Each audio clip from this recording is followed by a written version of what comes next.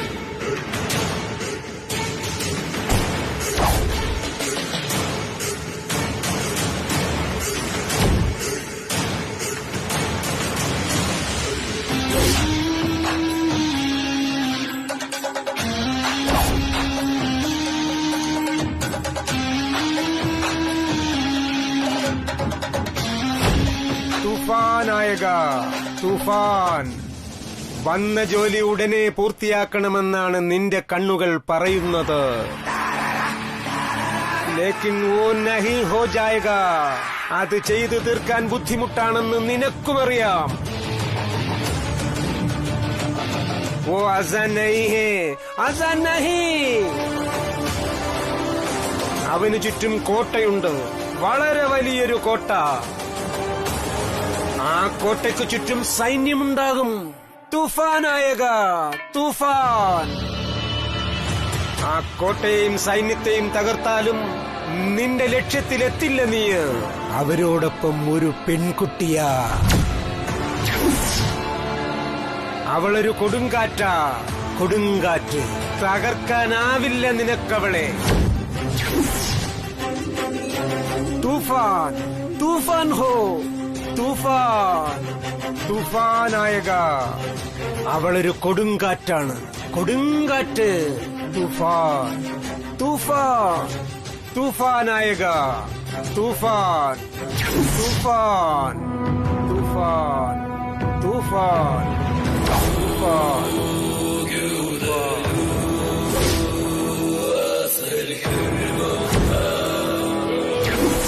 ആ ശ്രീലക്ഷ്മി, നമസ്കാരം.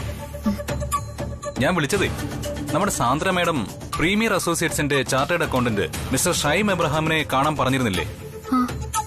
ആ മീറ്റിംഗ് ക്യാൻസൽ ചെയ്തെന്ന് സാന്ദ്ര മേഡം ഇപ്പൊ ഫോൺ ചെയ്ത് പറഞ്ഞു. അത് പറയാനാ. ശരി നന്ദൻ, താങ്ക്സ്. ഓ, താങ്ക്സ് ഒന്നും വേണ്ട, ജസ്റ്റ് ആൻ ഇൻഫർമേഷൻ. അപ്പൊ കാണാം. ശരി. ആ ശരി. അപ്പോ രവിവർമ്മൻ സാറിനെ കാണാതിരിക്കാൻ സാന്ദ്ര മേഡം ഇന്നലെ മനഃപൂർവ്വ ഓരോ ജോലി ഏൽപ്പിച്ചത്.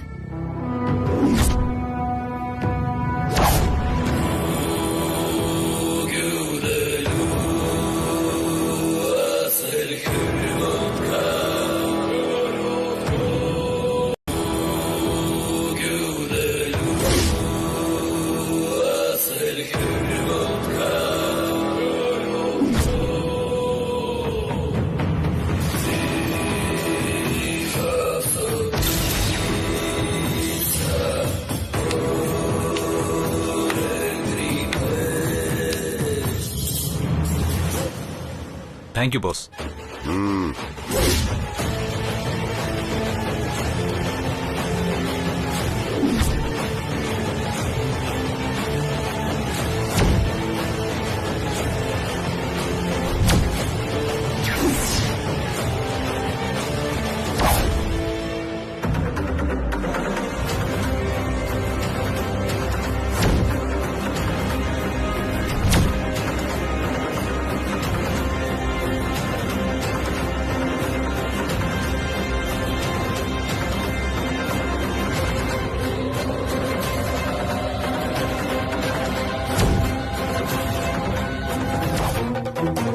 ഇതെന്റെ കോളേജ് മേറ്റ്. അവനെ എന്റെ മുന്നിൽ വെച്ച് നീ വഴക്ക് പറഞ്ഞു. എന്റെ ഹസ്ബൻഡിനെ ഇൻസൾട്ട് ചെയ്ത് സംസാരിച്ചു. ഇതൊക്കെ ഞാൻ സീരിയസ് ആയിട്ട് എടുക്കാതിരുന്ന നിനക്ക് പിന്നെ അഹങ്കരിക്കാനേ നേരം കാണും. അത് ഞാൻ അനുവദിക്കില്ല സാന്ദ്ര മാഡം. കാരണം ഞാൻ രേഖയാണ്, രഘുചന്ദ്രവർമ്മന്റെ ബെറ്റർ ഹാഫ്. ക്ഷമിക്കുന്ന കാര്യത്തിൽ പണ്ടേ ഒരുപാട് പിന്നില്ല ഞാൻ.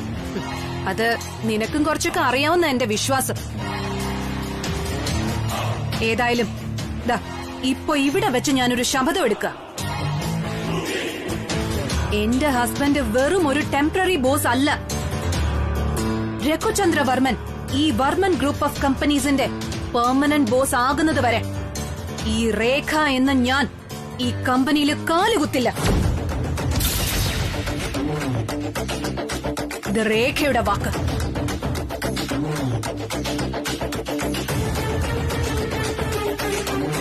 Nandan, you take care. And one more thing, ഞാൻ ഈ വിഷയം രഘുവിനോട് പറഞ്ഞൊരു സീൻ ക്രിയേറ്റ് ചെയ്യുന്നില്ല. കാരണം നിന്നെ എങ്ങനെ ഹാൻഡിൽ ചെയ്യണോന്ന് എനിക്ക് നന്നായിട്ട് അറിയാം. ഈ രേഖ അത് ചെയ്തിരിക്കും. Within no time.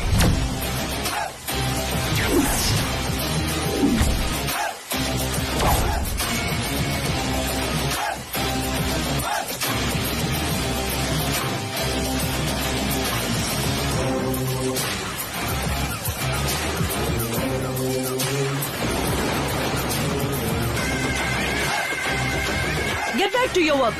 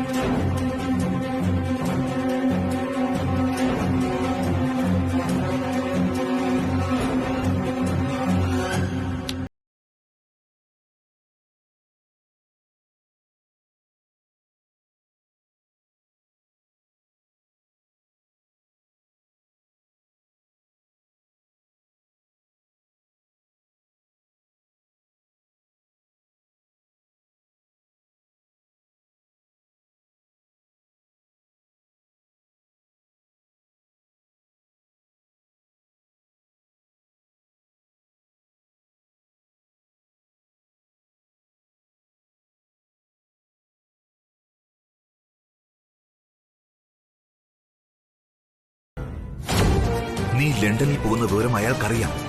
ലണ്ടനിൽ വെച്ച് നിന്നെ അറ്റാക്ക് ചെയ്യാൻ അയാൾ പ്ലാൻ ചെയ്ത് കഴിഞ്ഞതാണ്. നീ ആ ഫ്ലൈറ്റ് മിസ്സാക്കിയത് കൊണ്ടാ ഇപ്പോഴും.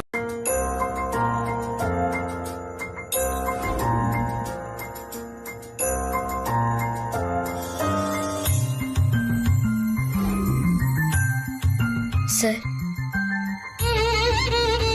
സാറിനെ എനിക്ക് ഒരുപാട് മിസ് ചെയ്യുന്നുണ്ട്. ദൂരം കൂടുന്തോറും ഓർമ്മയുടെ ആഴവും കൂടുമെന്ന് പറയുന്നതിന്റെ അർത്ഥം എനിക്കിപ്പോഴാണ് മനസ്സിലാവുന്നത്.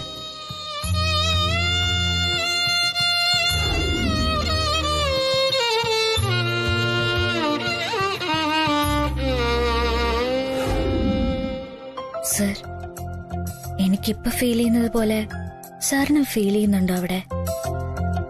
അതോ ലണ്ടനിലെത്തിയപ്പോ എന്നെ പറ്റിയുള്ള ഓർമ്മകളൊക്കെ മറന്നോ?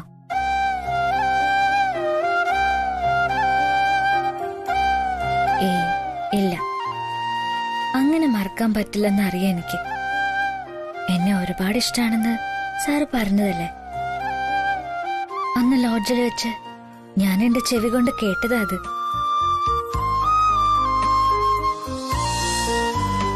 ഇപ്പൊ വേണമെങ്കിൽ അവിടെ ഇരുന്നത് ഉറക്കെ പറഞ്ഞോളൂ, ഞാനടുത്തില്ലല്ലോ, പറയാൻ മടി കാണില്ല.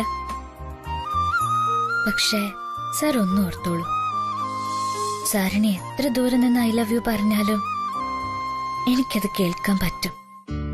അതെന്തുകൊണ്ടാണെന്ന് അറിയാമോ?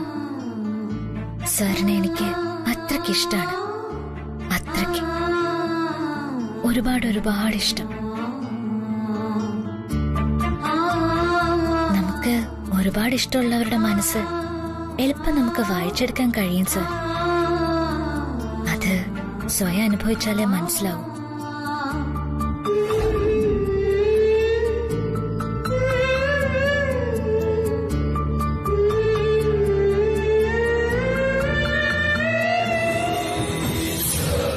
നമുക്കിനി പേച്ചിന്റെ കാലമാ. പേച്ച് മാത്രമല്ല, ആടിതടയും കത്തിക്കുത്തും വെടിവെപ്പും ഒക്കെ കാണും. അതിനാ ഞാനിങ്ങി പുറത്തേക്ക് ഇറങ്ങിയത്. ഞാനിപ്പോ ഇവിടെ ഉണ്ട്, നിന്റെ തൊട്ടരികത്ത്.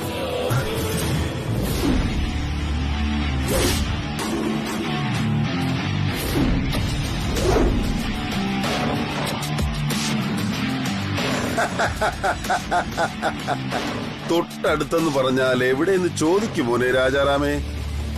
ഞാൻ പറയാം, നിന്റെ തൊട്ടടുത്ത, തൊട്ടു പിറകിൽ.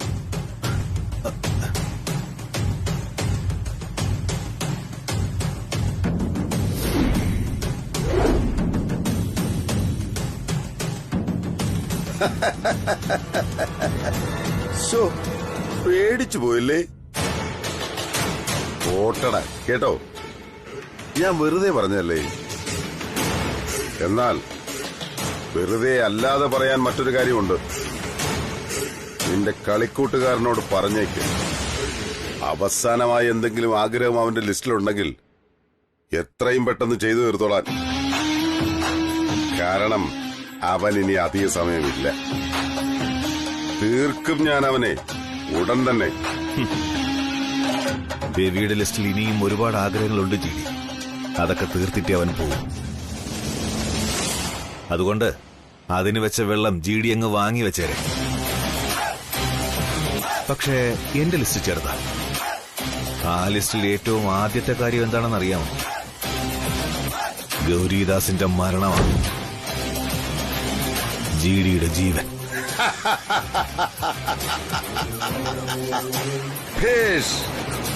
നിന്റെ വായ തുറന്നപ്പോ എന്തെല്ലാം ആഗ്രഹമാ പുറത്തേക്ക് വന്നതെന്ന് നോക്ക്. എനിക്കിഷ്ടമായി. എടാ പരമചറ്റേ, എന്നാ കേട്ടോ നീ, ഞാൻ 20 വർഷം സെൻട്രൽ ജയിലിൽ കിടന്ന് കാത്തു സൂക്ഷിച്ച എന്റെ ജീവൻ നിനക്ക് തരാനല്ല. അതിന്റെ ലക്ഷ്യം നിന്റെ സുഹൃത്തിന്റെ ജീവൻ എടുക്കാനാണ്. രവിചന്ദ്രവർമ്മന്റെ ജീവൻ. അത് ഞാനങ്ങ് എടുക്കും, ഉറപ്പാ എനിക്ക്. അത് നിനക്ക്, എനിക്കാ ഉറപ്പില്ല ജിഡി. രവിയുടെ ജീവൻ എടുക്കാൻ ഞാൻ ജീവിച്ചിരിക്കുന്നിടത്തോളം കാലം നിനക്ക് കഴിയില്ല. ഇനി ഈ തടവ് ഇവിടെ അവസാനിപ്പിക്കാം. വന്നേ, നമ്മൾ ഉടനെ ഈ സ്ഥലം വിടുക. Come on, let's go.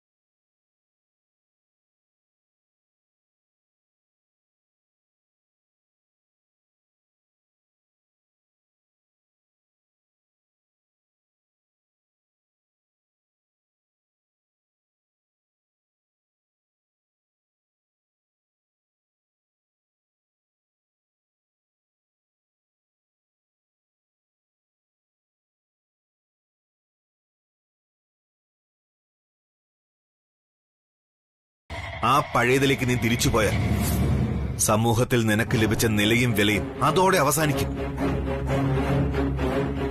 അതുകൊണ്ട് വേണ്ട. ഇപ്പൊ വേണ്ടത് എടുത്തുചാട്ടമല്ല, മറ്റു ചിലതാ. മറ്റു ചിലതെന്ന് പറഞ്ഞാൽ ഞാൻ ഇനി എന്ത് ചെയ്യണമെന്ന് നീ പറയുന്നത്? ഇവിടെ ഇനി മുനിയെ പോലെ തപസ്സരിക്കണം? അതും എത്ര നാളത്തേക്ക്? വെറും കുറച്ചു ദിവസത്തേക്ക്.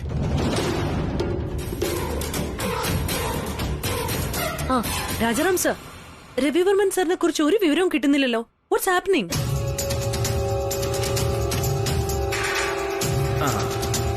അല്ല, അതിന് സാറ് ലണ്ടനിൽ എത്തിക്കഴിഞ്ഞല്ലോ. ഇനി എന്തിനാ നമ്മൾ ടെൻഷൻ അടിക്കുന്നത്? ടെൻഷൻ ഉണ്ട്. ചില ബേസിക് പോളിസി മാറ്റേഴ്സ്. സാറിന്റെ ഒപ്പീനിയൻ കിട്ടിയേ പറ്റൂ. പക്ഷേ സാറിന് ഫോണിൽ കിട്ടുന്നില്ല. അത് അവിടെ ബിസി ആയിരിക്കും. കോൺഫറൻസിൽ പങ്കെടുക്കുമ്പോ മൊബൈൽ ഉപയോഗിക്കാൻ പറ്റില്ലല്ലോ.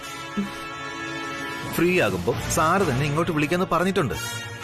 ഡോണ്ട് വറി സാന്ദ്ര മാഡം, ഒരു പ്രശ്നമില്ല സാറിന്.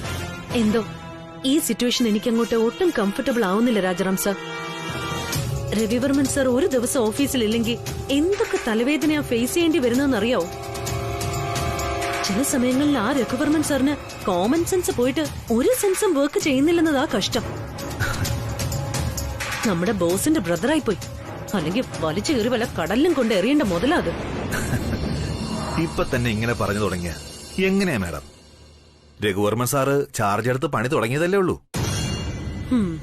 ഏത് മനുഷ്യനും ഇംപ്രൂവ് ചെയ്യാൻ ഒരു അവസരം കൊടുക്കണ്ടേ? Just wait and watch.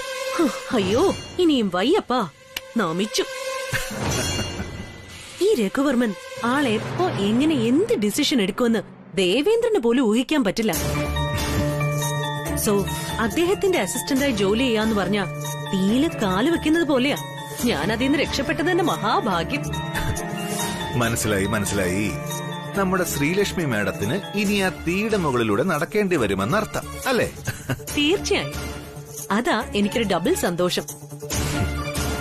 അല്ലെങ്കിൽ സാറൊന്ന് മനസ്സിൽ സങ്കല്പിച്ചു നോക്ക്, നമ്മുടെ സുന്ദരിക്കോത ശ്രീലക്ഷ്മി മാഡം തീയിലൂടെ നടന്നു പോകുന്ന കാണാൻ എന്ത് രസമായിരിക്കും അല്ലേ? രസമൊക്കെ തന്നെ, പക്ഷേ സൂക്ഷിക്കണം മാഡം. അറിയില്ലേ ലങ്കാദഹനത്തിന്റെ കഥ? രാവണൻ ഹനുമാന്റെ വാലിൽ തുണിചുറ്റി തീകൊളുത്തി വിട്ടപ്പോ കത്തി നശിച്ചത് രാവണന്റെ മുഴുവൻ സാമ്രാജ്യവുമാണ്. അതുകൊണ്ട് ചിലരെ മുറിവേൽപ്പിക്കുമ്പോഴും പൊള്ളലേൽപ്പിക്കുമ്പോഴും നമ്മളൊന്ന് സ്വയം പരിശോധിക്കുന്നത് നല്ലതാ.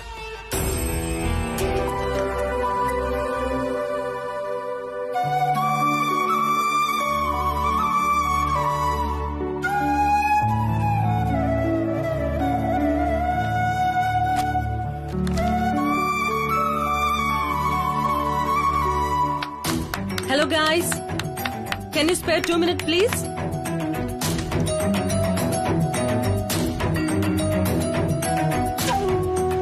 രവിവർമ്മൻ സാറ് ലണ്ടനിൽ പോയതിനു ശേഷം ഓഫീസിന്റെ ചുമതല രഘുവർമ്മൻ സാറിനാണെന്ന് എല്ലാവർക്കും അറിയാലോ. സാറിന്റെ ഇൻഎക്സ്പീരിയൻസ് കൊണ്ട് ചില കൺഫ്യൂഷൻസ് നിങ്ങൾക്കുണ്ടാവുമെന്ന് ഞാൻ മനസ്സിലാക്കുന്നു. എന്നാലും രഘുവർമ്മൻ സാറിന്റെ സ്വഭാവം എല്ലാവർക്കും അറിയാവുന്നതുകൊണ്ട് തൽക്കാലം സാറിന്റെ ഓർഡർ എല്ലാവരും അനുസരിക്കുന്നു.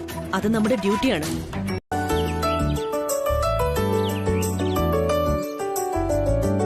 ചേച്ചി, ശ്രീലക്ഷ്മി ചേച്ചി. ആ ദേവു, ഞാൻ ചേച്ചിയെ കാത്ത് നിൽക്കുമായിരുന്നു. എന്താ വിശേഷം? ചേച്ചി, നാളെ ഹാപ്പി ന്യൂ ഇയറാ. ആ അറിയാം. അതിന് നമ്മുടെ കോളനി പോലെയല്ല, എന്റെ ഫ്രണ്ട്സിന്റെ റെസിഡൻസ് അസോസിയേഷനിൽ ഉഗ്രൻ ആഘോഷം നടത്തുന്നു. ഞാനും ഉണ്ട് ഡാൻസിന്റെ ഒരു ഐറ്റത്തിന്. ചേച്ചി എന്നെ ഒന്ന് ഒരുക്കി തരുമോ? ഞാനോ? എന്നെ കൊണ്ട് ഡാൻസിന് എടുക്കാനൊന്നും അറിയില്ല ദേവു. കള്ളം പറയണ്ട. ചേച്ചിയും കൃഷ്ണേച്ചിയും കൂടെയല്ലേ കഴിഞ്ഞ യൂത്ത് ഫെസ്റ്റിവലിന് ആ കാവ്യ ഒരുക്കി കൊടുത്തത്? എനിക്കറിയാലോ. അന്ന് കാവ്യക്ക് ഫസ്റ്റ് പ്രൈസ് കിട്ടുകയും ചെയ്തു. അതുകൊണ്ട് പ്ലീസ് ചേച്ചി ഒന്ന് ഒരുക്കി തന്നേ പറ്റൂ. പെർഫെക്ഷൻ ഒന്നും നോക്കണ്ട, ന്യൂ ഇയർ പാർട്ടിയല്ലേ. ശരി ശരി. നിന്റെ കയ്യിൽ ഒരുങ്ങാനുള്ള സാധനങ്ങളൊക്കെ ഉണ്ടോ? Makeup kit? അതൊന്നും ചേച്ചി പേടിക്കണ്ട, എല്ലാം ഞാൻ കൊണ്ടുവന്നോളാം. ശരി, കുറച്ചു കഴിയുമ്പോ നീ വീട്ടിലേക്ക് വാ. പിന്നെ കൃഷ്ണൻ കൂടി വിളിച്ചോണം. താങ്ക് യു ചേച്ചി. ഞാൻ സാധനങ്ങളും എടുത്തോണ്ട് ഇപ്പൊ വരാം.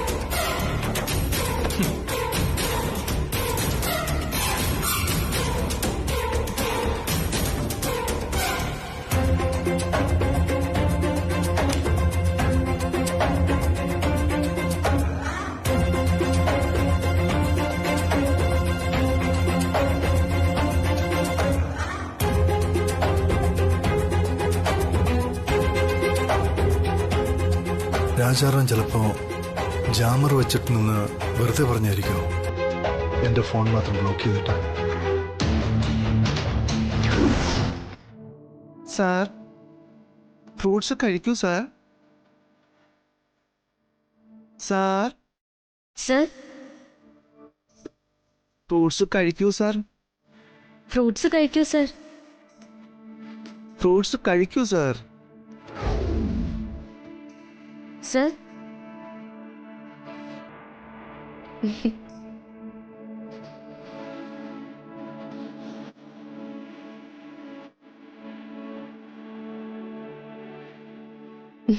കഴിക്കണം സർ.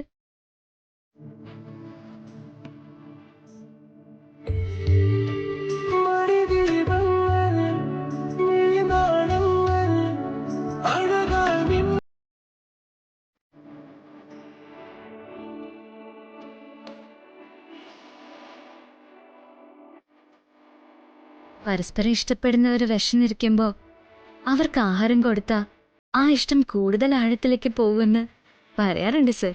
അതെങ്ങനെ മനസ്സിലായില്ല? അതെങ്ങനെ ഇപ്പൊ മനസ്സിലായോ?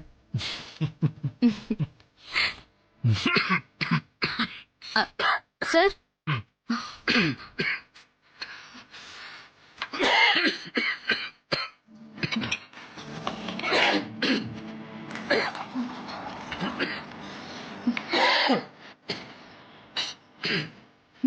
സർ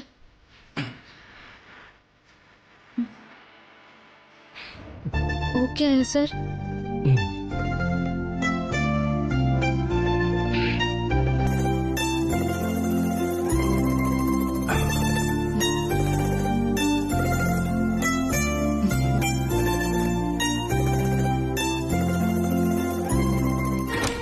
സാർ എന്താ വേണ്ടത്?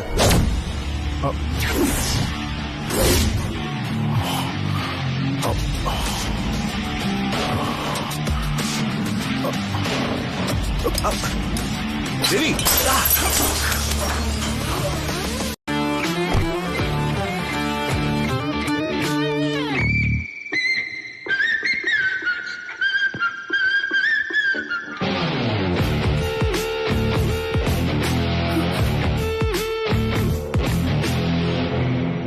നോക്ക് കൃഷ്ണ, ദേ നന്ദൻ വന്നു.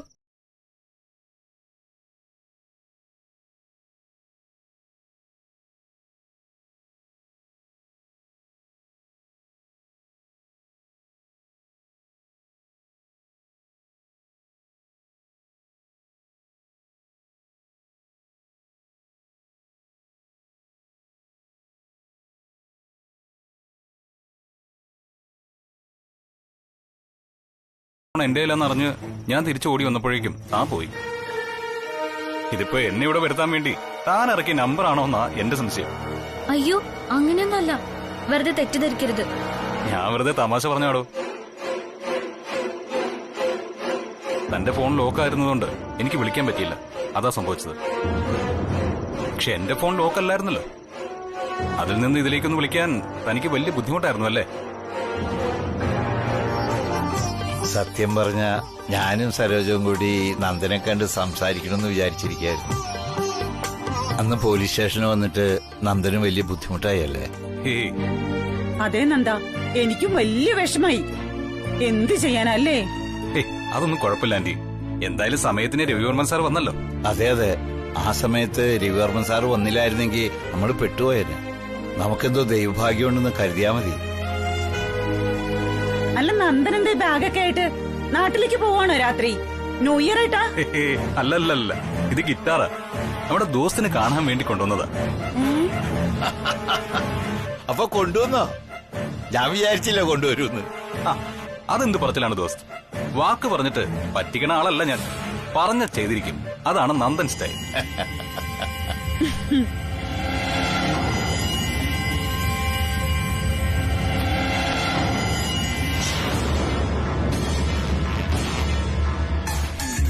സർ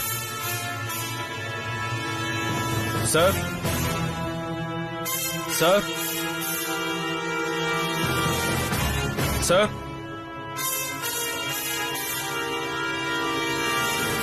ഹലോ സർ സർ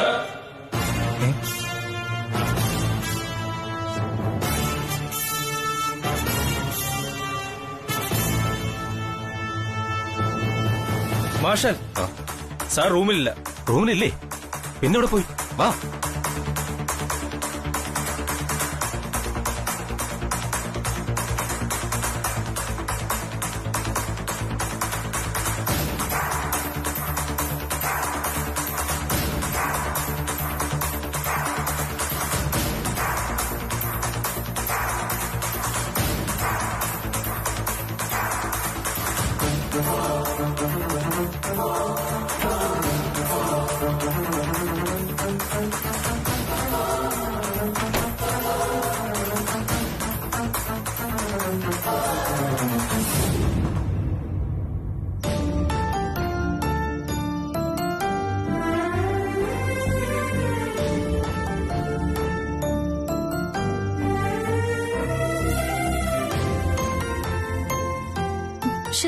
എത്ര പ്രാവശ്യമായി ഇതെന്താ ഈ ഫോൺ കിട്ടാത്തത്?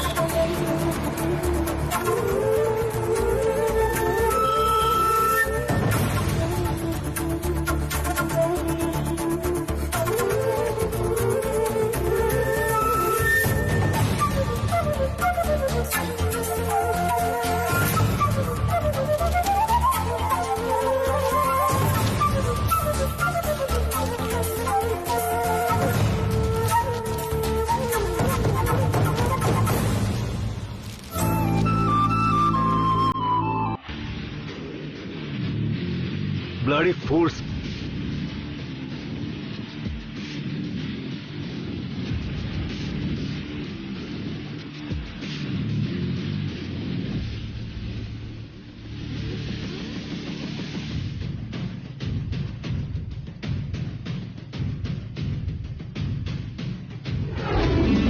It's strictly personal. None of your business at all. ഇപ്പൊ കുറെ ചോദ്യങ്ങളുണ്ടാവുമല്ലോ ചോദിക്കാൻ. ഞാൻ നീരേറ്റ് കോളനിയിൽ എന്തിനു പോയി, ആരെ കാണാൻ പോയി എന്നൊക്കെ.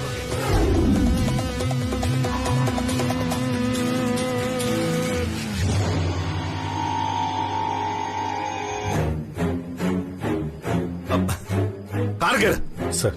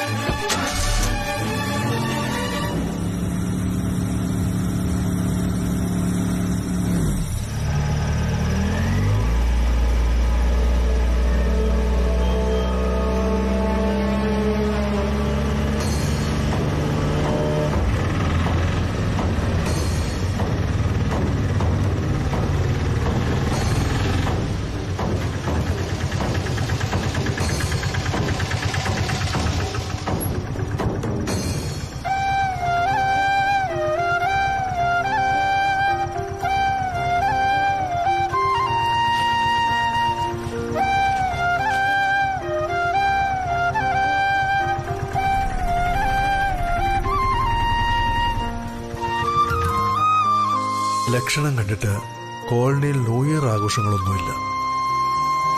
പക്ഷേ ഈ സമയത്ത് ഡയറക്റ്റായിട്ട് അവിടേക്ക് കയറി ചെല്ലാൻ പാടില്ല, പ്രത്യേകിച്ചും മുൻകൂർ അറിയിക്കാത്ത സ്ഥിതിക്ക്. അപ്പം പിന്നെ എന്ത് ചെയ്യും? ശ്രീലക്ഷ്മി ഉറങ്ങിയിട്ടുണ്ടാവോ? ഫോണില്ലാതെ അവളെ വിളിക്കാനും പറ്റില്ല. ഇനിയൊരു വഴിയുള്ളൂ, കോളനി കറങ്ങി എങ്ങനെയെങ്കിലും അവളുടെ മുറിയുടെ ജനാലക്കരികിലെത്തുക.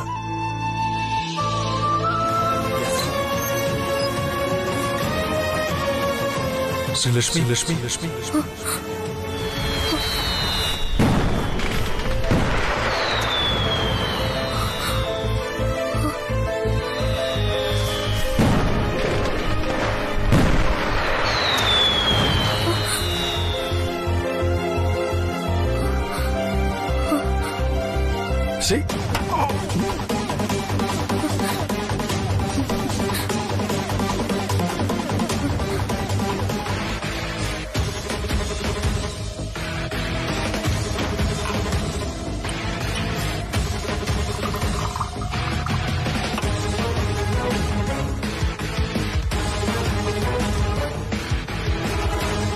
രവി, ഇത് കഴിക്കേ. ടെൻഷൻ മാനേജ് ചെയ്യാൻ നീ സാധാരണ കഴിക്കുന്ന ഗുളിക ഇത്.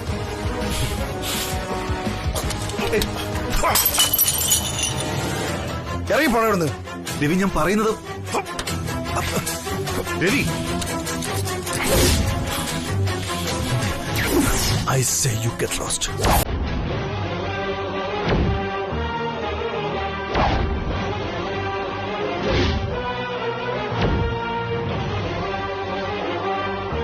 സോറി, ഞാൻ പോകില്ല. പകരം നിനക്കെന്നെ കൊല്ലാം. I am ready to die. Come on, go ahead. Ravi, നീ ഈ നിമിഷം വളരെ ഇമോഷണലാ. അത് നിന്റെ മനസ്സ്. പക്ഷേ ഞാൻ ഒട്ടും ഇമോഷണലല്ല. അതെന്റെ ഉത്തരവാദിത്വം. നിന്റെ കയ്യിൽ നിന്ന് മാസാമാസം ശമ്പളം വാങ്ങുന്നതിന്റെ കർത്തവ്യ നിർവഹണം.